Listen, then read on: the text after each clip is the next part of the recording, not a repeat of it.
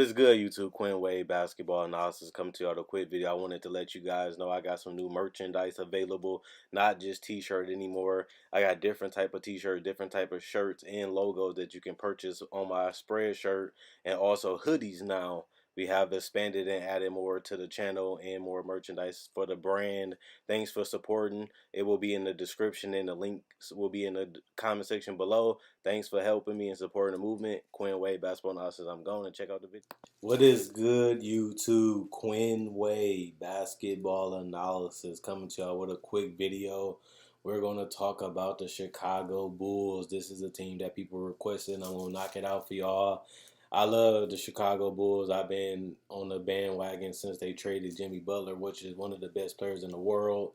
I like the fact that they picked up Lauri Markkanen. I like the fact that they picked up Zach LaVine. They have high upside for their positions, and they fill multiple positions. And you got a big that can play multiple positions while also being able to stretch out the floor, which is the modern day big. And they was able to get that by trading Jimmy Butler, but they was actually able to get a scorer. And Zach LaVine, he's not the defender or the playmaker that Jimmy Butler is, but he still is a very young player, and he was coming off an ACL injury, but he's only 24, and he shows a lot of promise. When you look at this roster, they have a lot of talent. Injuries have really bit this team in the butt. Another problem is a lot of coaching changes, a lot of personnel changes, and a lot of these players weren't able to play a lot because of the injury, so the chemistry was a little whack. They don't play hard enough. They don't really play defense. I think this is going to be a lot better because they got a coach that knows what he wants out of his team. They got a coach that going to teach them some great principles. This is a team that most of these players never played on the NBA level or never really experienced that much success on the NBA level. So they got to learn how to win. They got to learn how to execute. They got to learn how to play together. And it's easier said than done, but when everybody in and out the lineup and the roster continue to change and the coaches continue to change, it's hard to have that stability. And, you know, when you get a new coach, they have a new system. But you got players in and out. You got to learn the other players. You got to learn their tendencies, but you got to learn how to do the tendencies when they come back. So I think that it was a lot of built-in excuses for this team. I feel like a lot of people thought that this team was going to make the playoffs last year because they are in the East, and they did have some people on paper that sound good and look good, but ultimately it didn't play out the way they wanted to play out. They actually had a failure of a season because they didn't even win 30 games, which means they didn't even come close to making it to the playoffs, and a lot of people didn't see that coming. But I didn't have the Chicago Bulls making it to the playoffs last year for a lot of the same reasons why they didn't make it.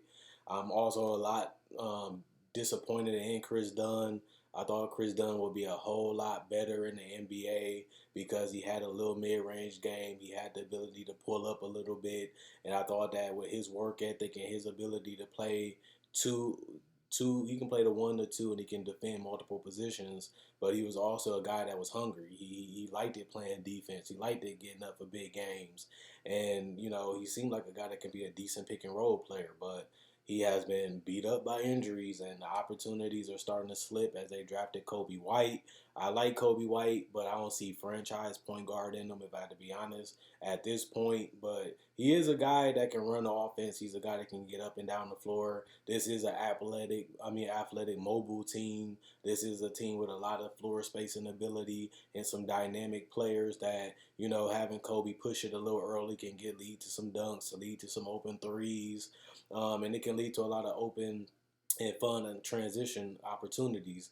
And I think they needed something like that, somebody that they can really trust that can get them the ball, knock down some shots, and also get them some easy shots that can build their confidence and get the crowd up. And you in Chicago, this is one of the best cities.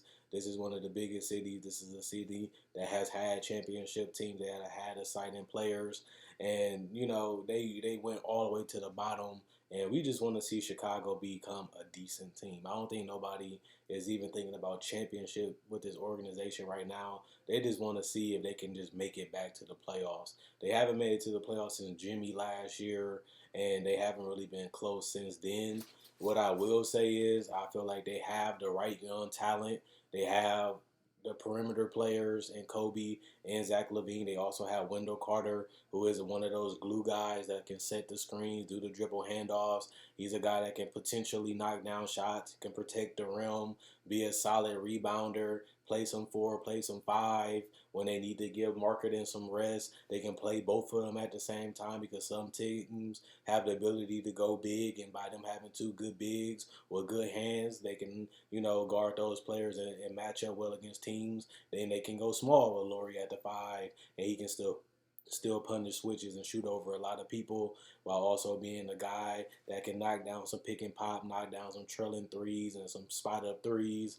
Plus, I just want to see Laurie become a better passer. I feel like that's something that he's going to have to learn because they're going to rely on him a lot. This is one of their cornerstones. This is one of the players that a lot of people didn't know who he was, and he has proven that he's a solid starter in this league. And we just want to see if he can take his game from being a solid starter to being an all-star caliber player. And we haven't seen it.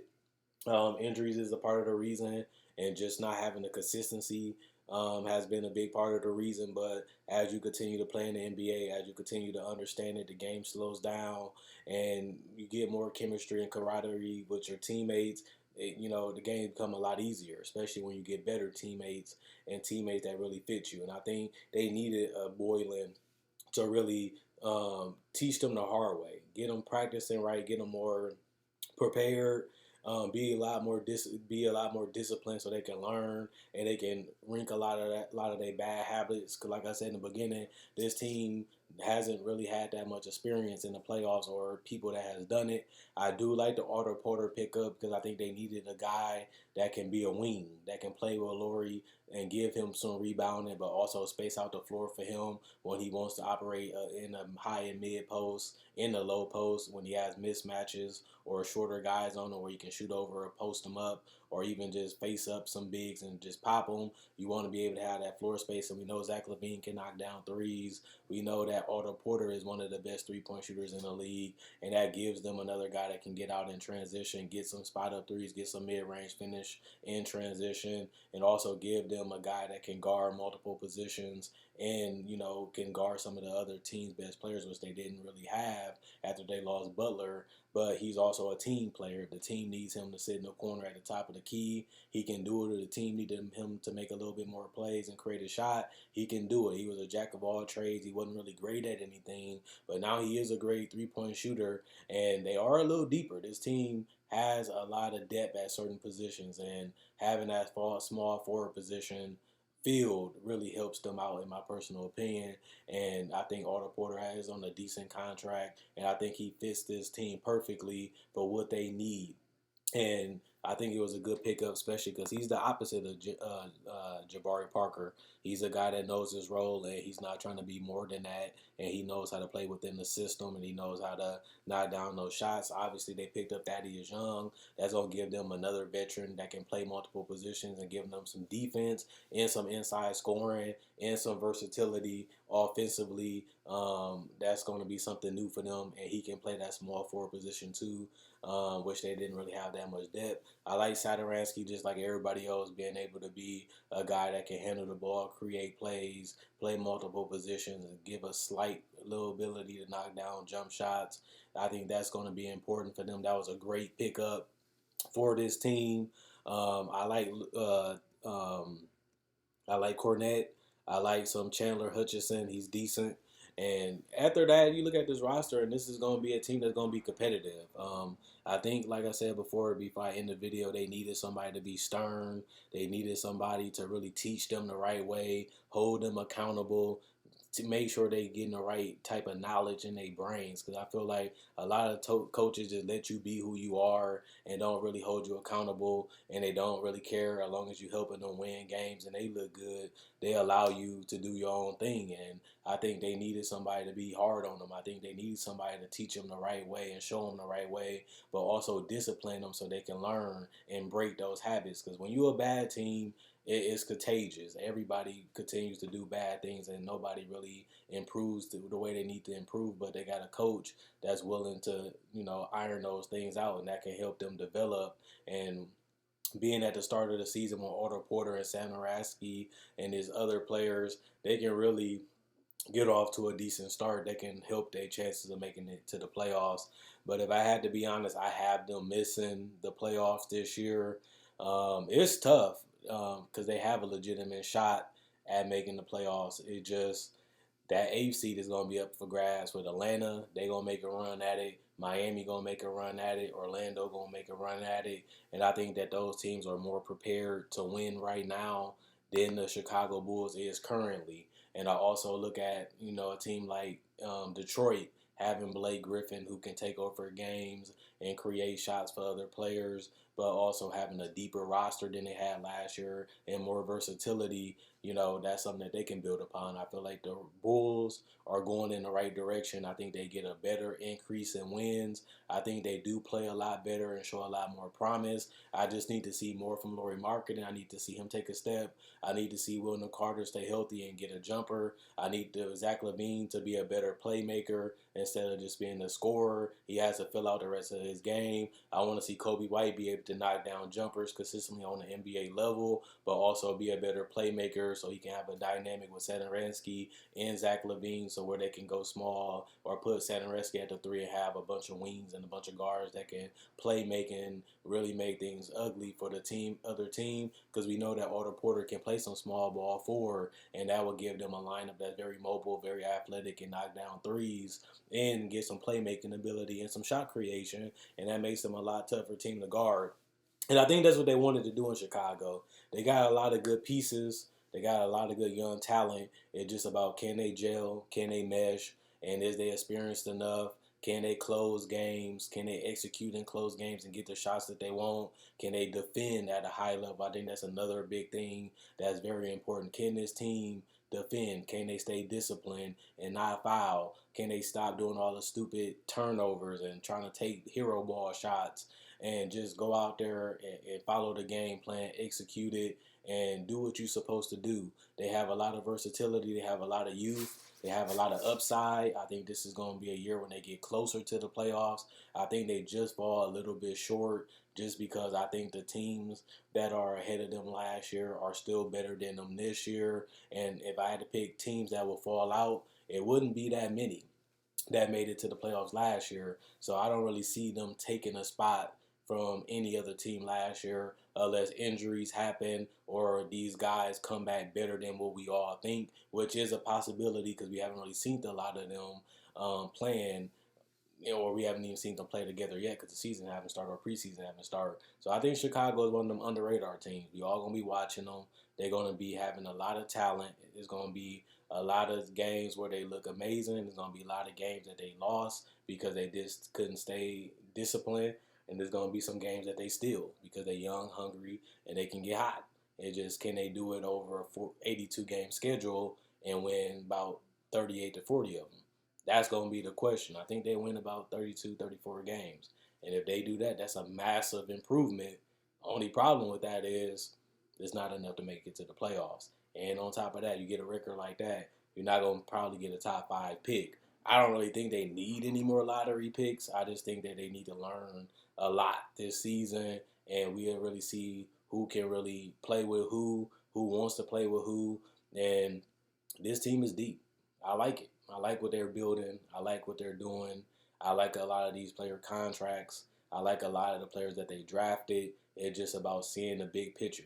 And I don't think this season they're going to get to the playoffs, but I think it can build upon something special in the future. Last year was a huge disappointment for what the talent that they had. This year they upgraded a lot of their positions and talent. It's just about being young. And most young teams lose and have losing habits. And this is a season where they're going to have to learn how to do the opposite. But it might cost them barely missing the playoffs. But it also might help them in the future as a team, which is always good. You might not make it this year, but you can have a better chance of making it next year.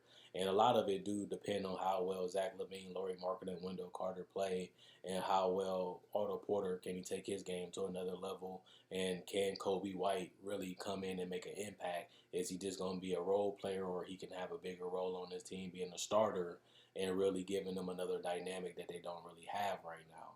And if he can play his role like he did in college, he can be a fun team that can get them easy shots. But it's just about them knocking it down and not turning the ball over and getting a little bit too trigger and hero ball happy, which they always do. So this is a young team. They got the talent. They got a decent coach. It's just about learning. And if they can learn the right way and they can learn through their mistakes and they hold and be held accountable and they grow from it, they have a bright future. But then again, it's just about can they continue to take the steps in the right direction if they don't miss the if they do miss the playoffs. So let me know what y'all guys think about the Bulls. They good. They're better than they was last year. But then again, the NBA is too. So they improved and the whole NBA improved, and even the teams that they played last year, and I mean the teams that made it to the playoffs last year improved, and I don't really see them taking one of those spots. But that's not a bad thing because this is a very, very young team. So this is just going to be a work in progress for them. Like this video, check out my older videos on my channel. I have many playlists. I break down rookies, I break down players, I break down summer league. I do cover the draft, and I got a mock draft up already. Not only that, I do podcasts, and I also talk about the game of basketball, whether it comes to summer league, free agency, trade deadline, buyouts, and also I cover top 10 discussions and stuff like that. So you like this type of video, you like the NBA, check out my older videos and my playlists. I enjoy making these videos. You guys enjoy watching.